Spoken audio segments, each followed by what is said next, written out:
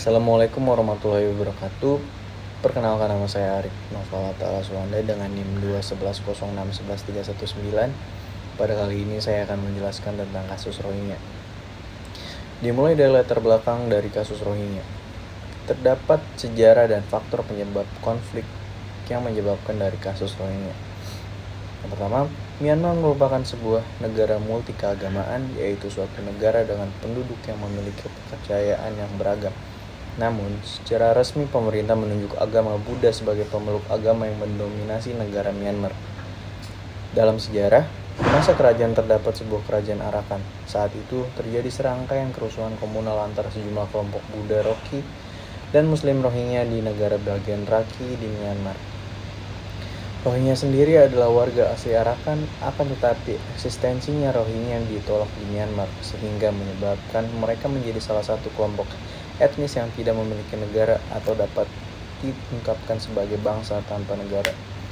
Konflik antar etnis Buddha terhadap etnis Muslim Rohingya berlanjut pada tahun 2012, di mana dalam tragedi tersebut terjadi serangkaian aksi kekerasan yang menyebabkan ribuan orang tewas, ratusan ribu warga mengungsi, ribuan rumah hangus terbakar, dan tak terhitung lagi berapa kerugian yang dialami oleh Myanmar. Terdapat beberapa faktor penyebab utama dari konflik tersebut. Yang pertama adalah faktor negara yang lemah. Tindakan militer yang cenderung represif menjadi ketakutan yang ekstrim bagi masyarakat sipil karena tekanan lembaga-lembaga militer yang dilandasi oleh kebijakan politik yang otoriter. Yang kedua ada unsur geografis. Faktor yang mendasar yang mendorong terjadinya konflik dan kekerasan di Provinsi Rakhine adalah morfologi fisik permukiman. Pola pemukiman yang berubah menjadi model sosioekonomi yang eksklusif telah menumbuhkan citra negatif kelompok bermodal.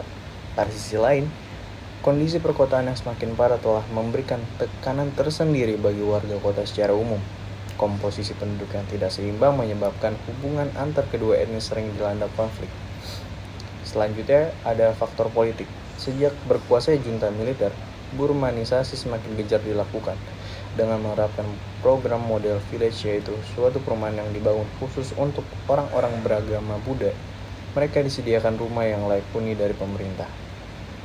Pemerintah menggantikan tempat-tempat suci Rohingya dengan monumen bersejarah dan peninggalan Buddha berupa biara, pagoda Buddha, dan asrama untuk biksu-biksu Rakhine. Selain itu, konflik antar etnis Rakhine dengan warga Rohingya etnis Bengali terjadi dikarenakan junta militer selalu menyebarkan pamflet-pamflet bernada anti-muslim yang ditunjukkan pada etnis Rohingya. Sementara itu, komandan regional yang mempunyai kekuasaan penuh akan daerah yang mereka kuasai cenderung mempunyai kebijakan yang memicu konflik dengan menentukan hak politik dalam kerangka etnis dan bukan dalam nasionalisme sipil.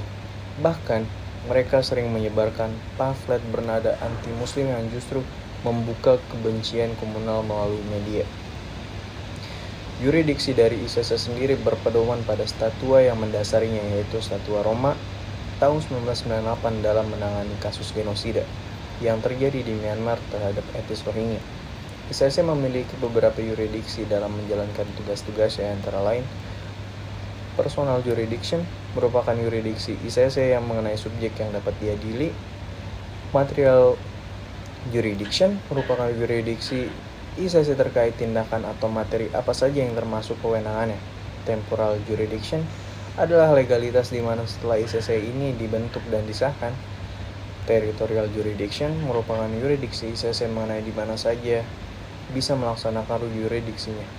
ICC mengembangkan metode human security sebagai sarana yang bertujuan untuk membantu mengembalikan keamanan warga Rohingya. Metode selanjutnya ialah humanitarian action. Humanitarian action menawarkan kepada aktor internasional seperti organisasi internasional dan non-government organization untuk mengatur krisis kemanusiaan yang sering terjadi berkaitan dengan konflik antar atau dalam negaranya. ICC memanfaatkan metode ini untuk terjun dalam proses melindungi hak asasi manusia dari warga Rohingya dan menyelesaikan sengketa tersebut.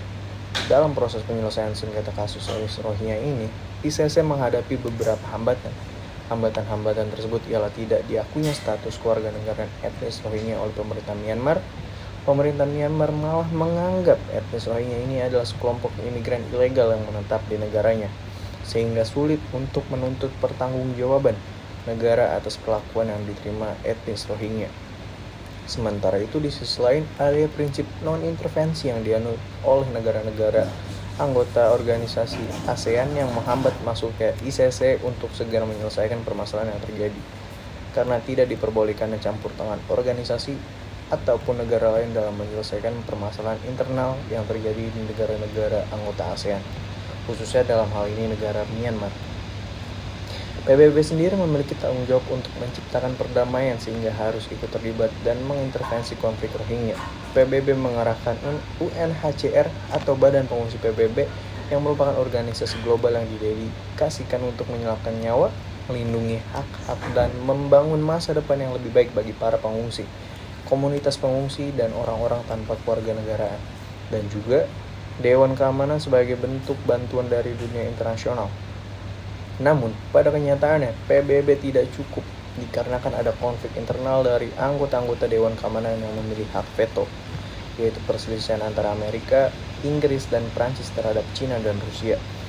Dalam hal ini, Cina dan Rusia tidak menyetujui untuk mengintervensi konflik Rohingya, dikarenakan keduanya beranggapan bahwa konflik tidak seharusnya ditangani oleh PBB. Sejak lama mereka menerapkan azas non-intervensi, terutama dalam politik dalam negeri mereka sendiri. Keduanya tidak menghendaki jika tindakan kekerasan di dalam negeri dicampuri melalui intervensi militer. Sekian dari saya. Wassalamualaikum warahmatullahi wabarakatuh.